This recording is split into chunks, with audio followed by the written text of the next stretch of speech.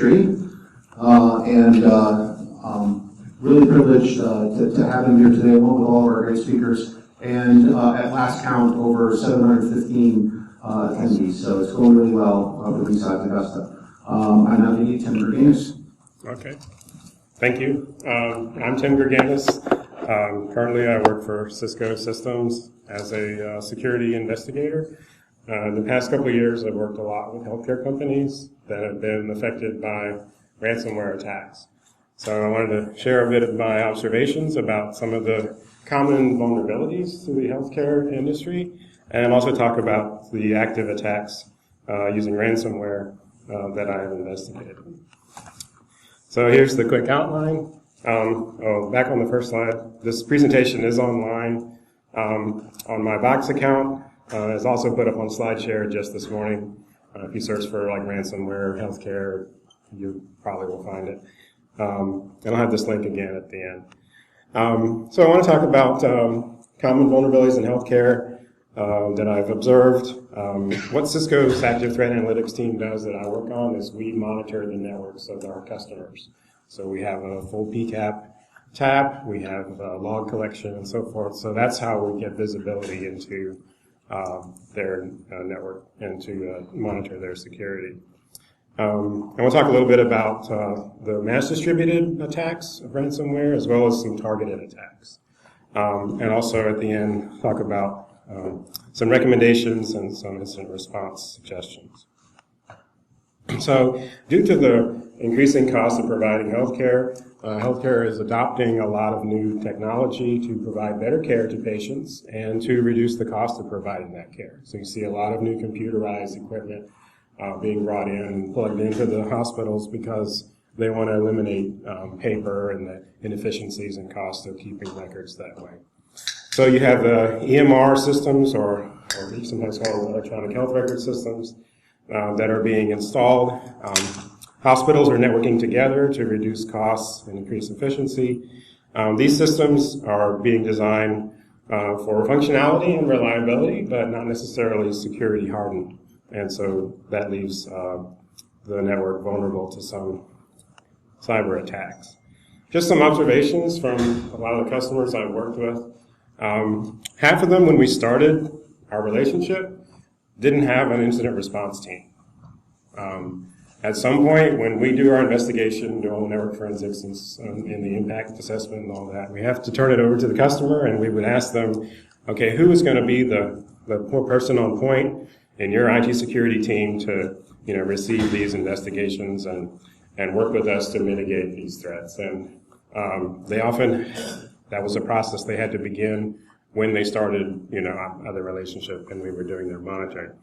And so that's one thing. They really weren't prepared for some type of cyber attack. Another thing is that they're all running equipment that is connected to some type of older version of Windows. It might be an MRI machine that has an interface that's running Windows, but often the machine's working fine and providing excellent care, but the operating system of the controller is no longer supported, no longer patched, and has, as a result, many security vulnerabilities. Also, hospitals' networks are diverse. The average hospital has 50 different kinds of devices. So everything from an Oracle database server to heart rate monitor to a lab machine that does blood gas measurement or something. So you have all these types of computerized devices that get plugged into the networks. Many of them were not designed to be on a network. And they're definitely not designed to be secure on a network. They don't have authentication. They often don't use encryption. And they don't get security patches. Another observation is that the IT staff at a hospital is generally smaller than it ought to be, and they're very busy. The CIO of a hospital may have 100 to 200 active projects. Some of them are security related, most of them are not.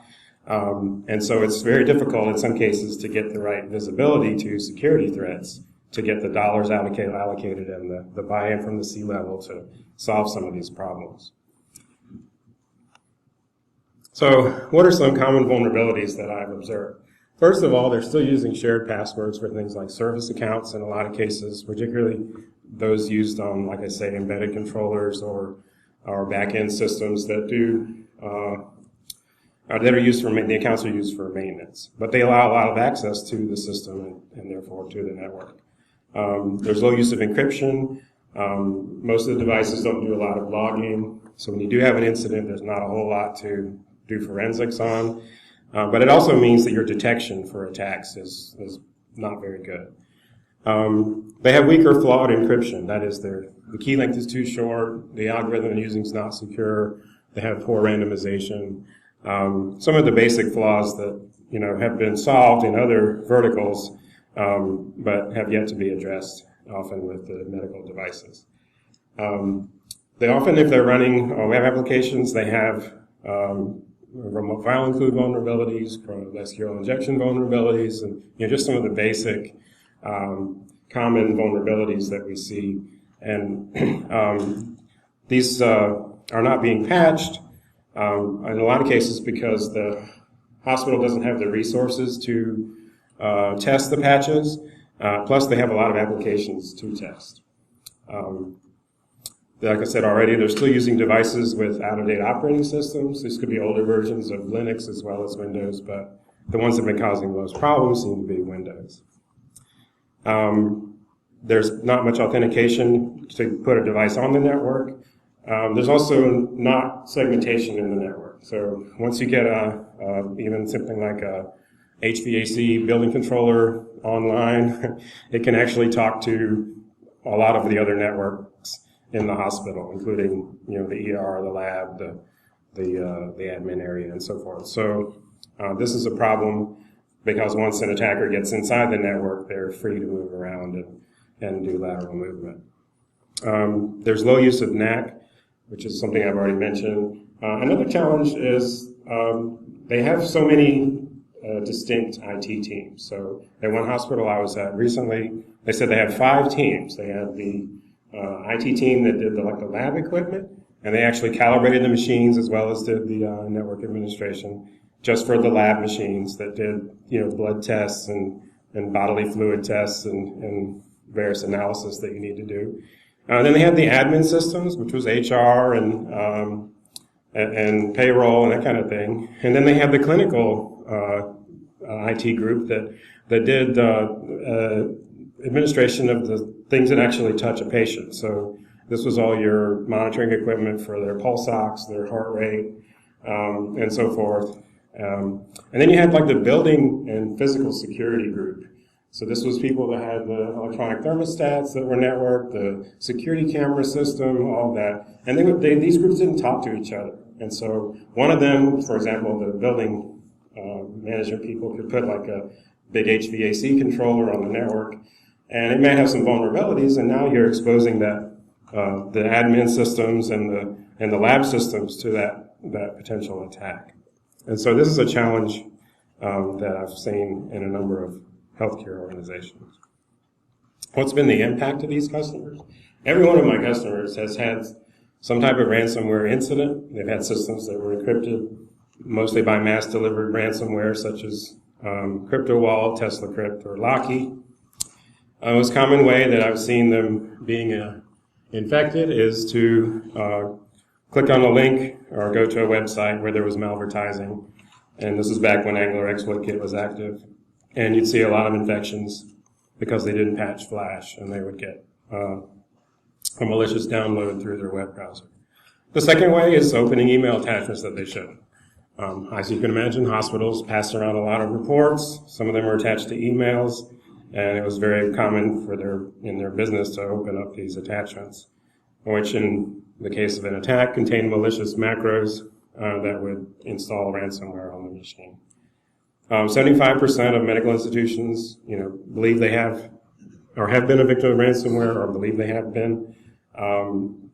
And so we can say in general, the healthcare is lagging in its defense and protection from cyber attacks, and this puts your PII, your personal identifiable information, and your PHI, your healthcare information, at risk.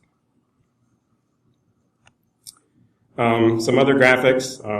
This is from a FireEye blog. The line at the top there is the healthcare industry, where they saw attacks of this particular Lockheed ransomware going into a healthcare network.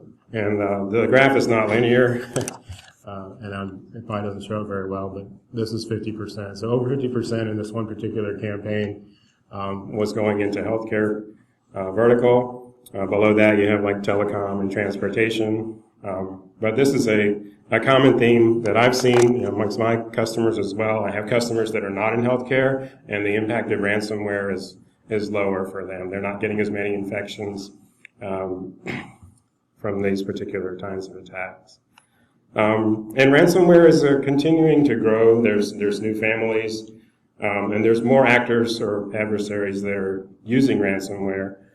We've seen some adversaries that were distributing, say, password stealers or credit card stealers that have switched to using ransomware for monetizing their activities. So one example from Malwarebytes is that December of last year, 17% of all malware payloads from exploit kit attacks were ransomware. But by May of 2016, 6 months later, 61% of those payloads were ransomware. This is just a typical attack of incident I've seen earlier this year. Hospital staffer goes to this medical-related website, the Dayton Optometric Company, and that particular website at the time was compromised, and there was a hidden iframe on every page that would redirect you to load this other compromised website where you would be redirected to the Angler exploit kit. So just by going to this website, which seems like a reasonable thing for the hospital staff to do, they end up getting, in this case, the TeslaCrypt ransomware on that machine. So the way exploit kits work, if you don't know, once you get to the landing page and you load that in your web browser, there's code on that page that's going to determine the version of Flash that you have and the browser you're using and the operating system version. Then it's going to select an exploit that works against that version. In this case, the hospital had like a golden image they were using to install all their PCs, and it had like Flash version 11, which the new one is like 21. And so an exploit for version 11 was downloaded, and when it succeeded, it downloaded TeslaCrypt, which is ransomware, and began encrypting the machine. We knew that because we could see the communication back to the command and control URL, which is this telechannel.com. And so this is fairly typical. We find that hospitals have computers that are not up to date, and they're also not patching them. As I mentioned earlier, there are often hundreds of applications in a hospital, and they just don't have the resources to test them all to make sure the patches don't break something. And so I've found that they're very hesitant to want to patch, but after you see a lot of this, I think we've convinced most of them to begin that process, but it will take time because of the number of applications and configurations that they're testing. We've also seen infections come from staff using personal email accounts on their workstations in the hospital. Usually they're not getting them from the hospital's official email servers, but a lot of them are allowed to access their personal email. They open an attachment they shouldn't, and they get ransomware that way. So I just want to review quickly some of the active ransomware families. So the first one is Cryptxxx, which is believed to have been developed by the same group that wrote the Reviton ransomware, which came out years ago. But this is a case where had an adversary that's been involved in malware for a while, and they decided to write a ransomware malware. They're distributing it via exploit kits as well as via malicious email attachments. It has to have some features to avoid detection by automated sandboxes, so it will sit there idle for like an hour, and then it will begin encrypting so that it will perhaps time out the sandbox. Also, so that the user doesn't associate like opening that email or going to that web page with getting ransomware. The two events happen far enough apart; they don't correlate. But Cryptxxx will also maybe monitor for mouse moving or check the name of the CPU in the registry in order to determine whether it's in a sandbox or whether it's on a real machine. Cryptxxx will encrypt the files in the local drive as well as those on mounted drives, so USB devices or network-mounted shares. If it can write to them, it's going to try and encrypt them. In addition to encryption functions, Cryptxxx will also steal your passwords at rest and your Bitcoin if it can find it. So it's going through the file system looking for stored passwords and shortcuts to your web browser or your FTP client or your email client. So in addition to dealing with all the ransomware implications and restoring your files, after you get Cryptxxx, you'll need to change all your passwords. Another active family is the Cerber ransomware. Cerber is distributed by malicious email attachment as well as by exploit kit. And I just had a few example subjects from campaigns that I've seen where Cerber was the payload of an email. And notice that they're kind of business related. So it could be the name of a company. It could be this user has shared a message with you, and it'll lure you to open the attachment. Or it could be a fake file sharing message that indicates that someone's shared a file with you, an important file with you. So these seem to be targeting more business users than say a home user. Cerber has been the payload from the Cryptxxx botnet.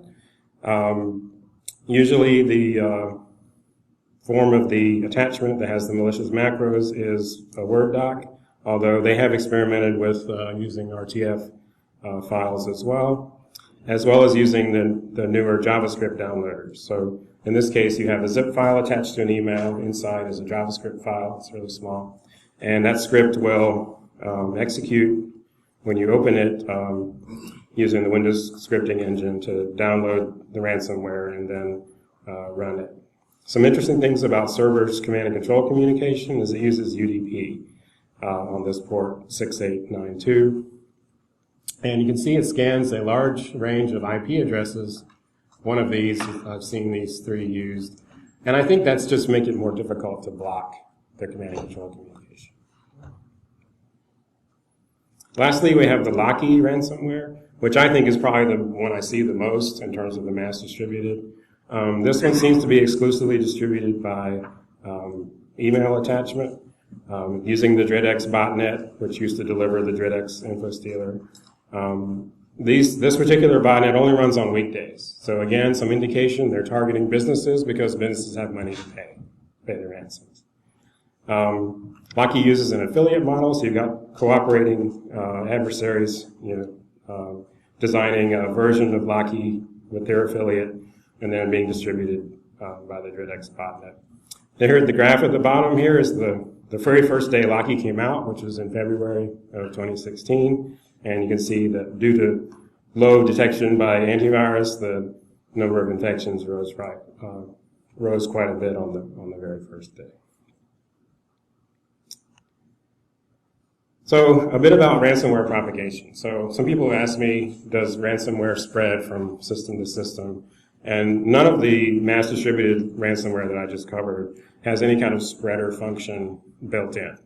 And so in cases where you've seen that happen, where an initial infection occurred and then it spread to 20, 40, 60 PCs within a network, there was some actor doing the spreading.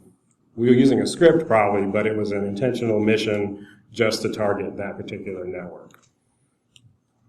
I've seen this with CryptoWall back when it was active, that they would get a special build that wasn't detected by antivirus just for a specific target because they already had some remote access into that network. Often the spreaders use Windows utility called BSidesAugusta, which is handy for moving files to another system once you have an appropriate password, and then kicking off the encryption on the systems they can access. So in those scenarios where it's a targeted attack, I've seen them break into like a JBoss server, which wasn't patched, and then they would dump the memory or search the memory of that server looking for Active Directory credentials.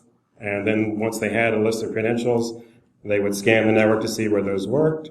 Then they would build a target list, create the keys that we're going to use to encrypt that particular target, and then distribute the ransomware and the keys, and then kick it off with a scheduled task. So at the same time throughout the hospital, they would run an encryption routine, and then this ransom note would show up on the display saying that you had to pay 1.5 Bitcoin per machine in order to get your files back. This is what happened at the Hollywood Presbyterian Medical Center, which you may have heard about in the news, but it also happened at some other locations of some other hospitals, some even in other countries. So here's a story based on an actual incident. On a Sunday night, the hospital staff noticed IT problems beginning, computers showing strange messages. This particular hospital had 10 large hospital locations and actually like 300 partnerships or off-site outpatient type locations. And they had over 370 applications that they used throughout these hospitals and clinics. So they followed their IR plan, and they began the IR actions to deal with this, certain applications not working and so forth. And they assessed that by Monday morning early that the situation was getting worse and that they had a ransomware attack. In this case, they decided not to pay the ransom. And so they determined they would need to shut off their electronic health record system. And that affected, of course, all of their locations, impacting patient care, building management system, their ability to order supplies and equipment and so forth. No patients were put at risk by this, but they were definitely degraded in their capabilities because they couldn't use their computers. Some lessons learned from this. They said, plan for this to happen at your location because it's happening everywhere. As you see, healthcare institutions are being attacked by ransomware. This is different from a PHI type breach because you're in a denial of access to your computers. It's not like your computer information is being stolen. Plan to have an incident command center that coordinates all of the now manual activities that you're going to have because your computer network is not available. Rehearse the plan. Include an alternate communications capability that is still HIPAA compliant. There was a temptation, everybody start just using your cell phones to send emails and text messages and we'll communicate that way, but some of that violates your compliance, so you can't just do that. You have to have a plan that is an alternative to the normal network, normal way of doing things, but it maintains that compliance. Another thing that they hadn't planned for was that the recovery would take three weeks. So within 72 hours, they had restored critical applications, but it took a full 3 weeks before everything was back to normal. And so during that time, certain processes had to be done manually on paper using a different special process. So if you've been rehearsing to have like one application go down, now imagine what you would do if they were all down. But this is what they went through. Another thing, I've seen them break in through I mentioned the HVAC controllers a number of times because we have seen some breaches where that was how they got in. And then due to no segmentation, that allowed them lateral movement inside the network. This may happen because the remote access on the HVAC systems is not secure, or it may happen in one case we saw where the vendor support guy came in, used the terminal sitting next to the controller to read his personal email and brought in the ransomware that way. I'm going to skip this slide about how it might get worse because I'm running out of time. There are some host mitigations that I have seen be effective. One is you can enable click to activate on your Flash plugin. That way when you go to a page that has those banner ads like this, they aren't run automatically. You will have to click on it in order to see them. This can be effective in preventing or making it require one more step before those Flash exploits will just run when you go to the page. Another is to change the way Windows handles JavaScript. As I mentioned, we're now seeing the email attacks that the attachment is a zip file. It contains a little JavaScript whose sole function is to download malware and run it on your computer. But there's really no purpose for having a JavaScript email attachment. And so at your email gateway, if you can block zips that just contain JavaScript, do it. Also, change the way Windows acts when you click on a JavaScript file so that it opens something innocuous like Notepad instead of running the script on your system, which would then infect your machine. There's no reason to have JavaScript in a hospital, so you're not really reducing the functionality of the applications. Here's some instructions on how to do it. You basically right-click on a JavaScript file so that you pick an application that's not the WScript interpreter, but is in fact, something harmless like Notepad. Another idea is to use canary files. You can create some files on your desktop and then have a monitor process that anytime something tries to write to those or encrypt them, it gets killed. And this is the idea behind this utility called anti-ransom, which will do all that for you. You install anti-ransom, and it will create a dummy folder of documents. And if you get ransomware and it sees those documents and tries to encrypt them, then that process will be killed, and then it'll display this warning. This doesn't stop all encryption, but it'll stop most of it, right? Because there's no guarantee that the first files the ransomware goes after are your canary files. But when it gets to those, that process gets killed. So this seems to be an effective way to, based on the file activity, identify ransomware and stop it.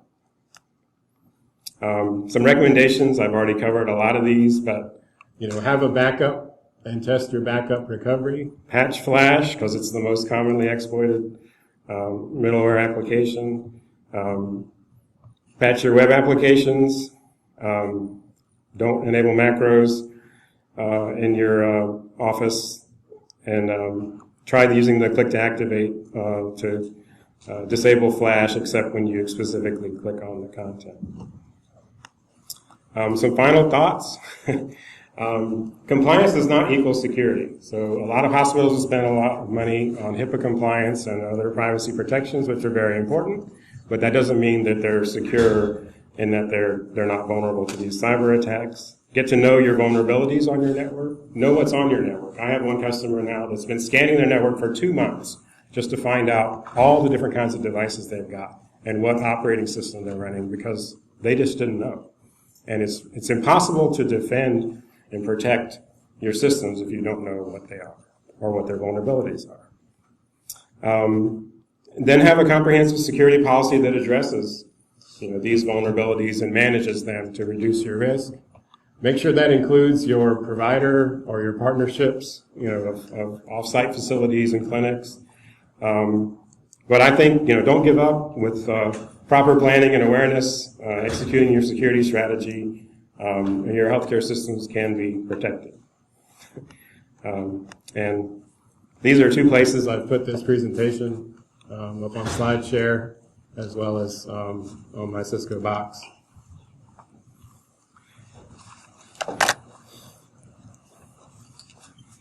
And I think that's it. Are there any burning questions? I hope you learned something. I enjoyed presenting here today. Yes, sir. Have you seen anything else outside of I know you said passwords and stuff that's been exfiltrated, but have you started to see some kind of things where you've been asked anybody that has a PHI or PII on their PCs or anything like that? I have not seen anything like that. That is one of my what if it gets worse predictions, is that you could see ransomware actors threatening to do a HIPAA breach if you don't pay the ransom. And so that hasn't happened, but it's conceivable that it could. All right, thank you, Tim. We don't have time for any more. Appreciate it.